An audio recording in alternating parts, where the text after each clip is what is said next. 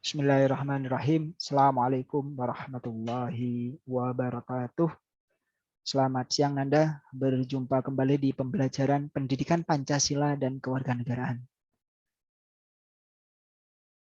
Ustadz buat video pembelajaran ini untuk memudahkan Nanda dalam kegiatan pembelajaran, khususnya bagi Nanda yang masuk dalam kategori kelompok 3, yang kelompok full online, full daring Nanda. Jadi untuk memudahkan dalam belajar Nanda ya. Bagi Anda yang masuk dalam kelompok 1, kelompok 2 juga bisa mempelajari materi ini, melihat tayangan video ini agar materi yang disampaikan biar lebih mudah dipahami gitu Nanda ya.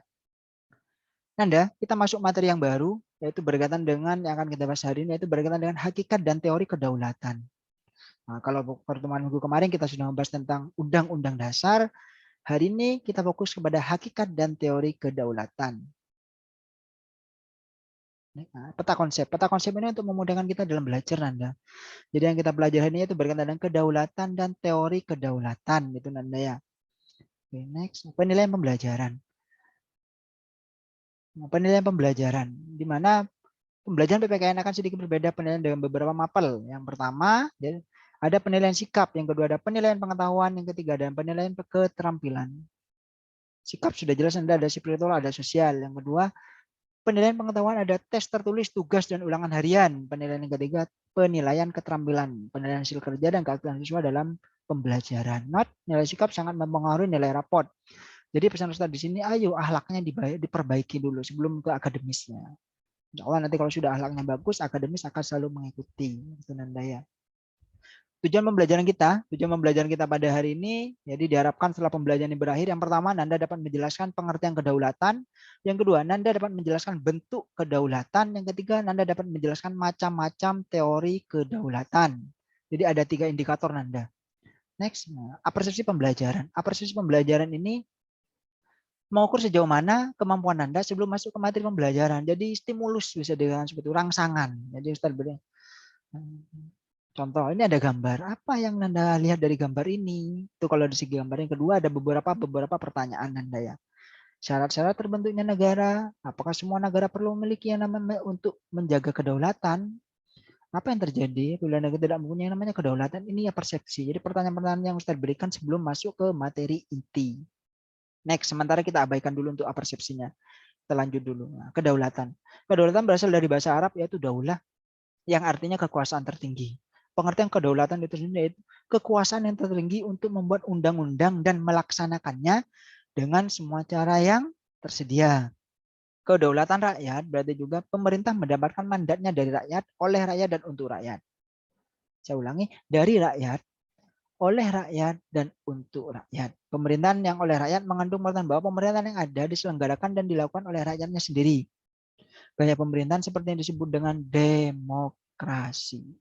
Demokrasi itu apa Ustaz? Dari rakyat, oleh rakyat, dan untuk rakyat. Penanda ya.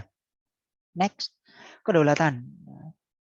Menurut pendapat Jean Bodin, seorang ahli tata negara dari Prancis, kedaulatan memiliki 4 sifat, yaitu 1 asli, yang 2 permanen, 3 tunggal, 4 tidak terbatas. Asli di sini kekuasaan tidak berasal dari kekuasaan lain yang lebih tinggi. Permanen, kekuasaan tetap ada sepanjang negara tetap berdiri. Tunggal, kekuasaan satu-satunya dalam suatu negara, tidak terbatas, berarti kekuasaan tidak dibatasi oleh kekuasaan yang lain. Kedaulatan atau kekuasaan tertinggi suatu negara memiliki 2 bentuk. Nah, indikator yang kedua sudah bentuk negara kedaulatan, di mana ada kedaulatan ke dalam, ada kedaulatan keluar. Kedaulatan ke dalam di sini yaitu bahwa bangsa yang merdeka memiliki kekuasaan untuk menyusun dan mengatur organisasi pemerintahannya sendiri menurut kehendak bangsanya sendiri. Jadi ini kata kuncinya berada di dalam negara itu sendiri. Ya. Sedangkan sebaliknya kedaulatan keluar ini berarti interaksi dengan negara-negara yang lain. Kekuasaan untuk berhubungan dengan dan bekerja sama dengan bangsa yang lain. Jadi kata kuncinya kalian yang ngurusi dalam negeri antara daerah satu dan daerah yang lain. Kalau yang B ini keluar, jadi antara ngurusi dengan hubungannya dengan negara-negara lain. Contoh misalkan kerjasama dengan negara Jepang berkaitan dengan bidang otomotif. Misalkan kerjasama dengan Amerika Serikat berkaitan dengan pertahanan dan keamanan negara. Dan masih banyak lagi contoh kedaulatan atau kerjasama dengan negara-negara yang lain. Oke, next. Teori kedaulatan. Teori kedaulatan ada yang namanya teori kedaulatan Tuhan.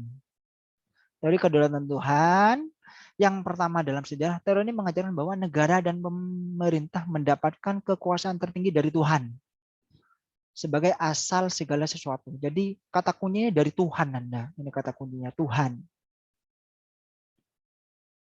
Negara dan pemerintah mendapat kekuasaan tertinggi dari Tuhan. Jadi kalau misalkan ini ya, semua aturan kebijakan itu sumbernya dari Tuhan, gitu kata kuncinya ya. Tokoh-tokohnya banyak, pelopor-pelopornya banyak yang berkaitan dengan teori kedaulatan. Yang pertama, salah satu tokoh pelopornya Augustinus, ya, Thomas Aquino, ya, dan masih banyak tokoh-tokoh yang lain. Negara yang menganut kedaulatan Tuhan ada Jepang di situ, ya, dewa, kaisar. Ya. Next, teori kedaulatan raja. Pada abad pertengahan, kedaulatan Tuhan berkembang menjadi teori kedaulatan raja yang menganggap bahwa raja bertanggung jawab terhadap dirinya sendiri. Kekuasaan raja berada di tangan konstitusi. Bahkan tidak perlu menaati hukum, moral, agama. Di raja kata kuncinya berarti raja itu tidak perlu menaati yang namanya aturan. Jadi kata kuncinya ada di raja sudah. Punya power yang sangat besar berarti di raja ini. Tokohnya ada siapa di situ pelopornya? Yaitu Niccolo Machiavelli. Nah, itu tokohnya ya melalui karyanya di Principle. Nah, itu karyanya. Oke. Next. Teori kedaulatan negara. Di situ ada teori kedaulatan hukum. Bisa Anda cek untuk lebih jelasnya di buku paket Anda, bisa dibuka kembali buku paketnya Anda ya. Ada kedaulatan negara, ada kedaulatan hukum. Next. Nah, ini kedaulatan rakyat. Negara kita menganut kedaulatan rakyat seperti yang sudah Ustaz sampaikan tadi, dari rakyat, oleh rakyat, dan untuk rakyat, gitu ya. Teori kedaulatan rakyat beranggapan bahwa rakyat merupakan kesatuan yang dibentuk oleh suatu perjanjian masyarakat, kemudian sebagai pemegang kekuasaan tertinggi. Rakyat memberikan sebagian kekuasaannya kepada penguasa yang dipilih oleh rakyat, dan penguasa tersebut harus melindungi hak-hak rakyat. Dari rakyat, oleh rakyat, dan untuk rakyat. Dari rakyat maksudnya bagaimana Ustaz? Yang milih rakyat. Semua kebijakan asal mulanya dari rakyat, oleh rakyat, dilaksanakan oleh rakyat, yaitu melalui wakil-wakil kita di anggota Dewan sana, dan untuk rakyat, kebijakan-kebijakan yang sudah dikeluarkan oleh pemerintah untuk rakyat. Contoh misalkan adalah segi bantuan sosial kalau kita di masa pandemi, itu nanti ya, itu teori kedaulatan rakyat. Nah, sudah tidak ada tugas hari ini, Ustaz tidak memberikan lembar kerja, cukup Nanda mempelajari materi pertemuan selanjutnya itu berkaitan dengan bentuk dan prinsip kedaulatan negara Republik Indonesia, gitu Nanda ya. Jadi hari ini tidak ada tugas dan Anda bisa mempelajari materi selanjutnya. Oke Nanda. Apabila ada materi yang kurang jelas dari apa yang sudah Ustaz sampaikan dalam video ini, monggo Anda bisa bertanya. Silakan nanti teknisnya dalam bertanya bisa komentar di LMS kita ya, Google Classroom, nanti di chat di situ pertanyaannya apa, atau nanti via WA bisa di grup angkatannya, kan sudah ada grup angkatannya, atau bisa japri Ustadz secara pribadi gitu Nanda ya. Nanti akan Ustadz jawab pertanyaannya itu Nanda ya. Oke. Kita masih berada di masa pandemi, mari kita sama-sama terapkan protokol kesehatan. Semoga yang terakhir, paling akhir dari Ustadz, semoga kita semua selalu diberikan kesehatan. Kurang dan lebihnya mohon maaf. Wassalamualaikum warahmatullahi wabarakatuh. See you Nanda, see you next time.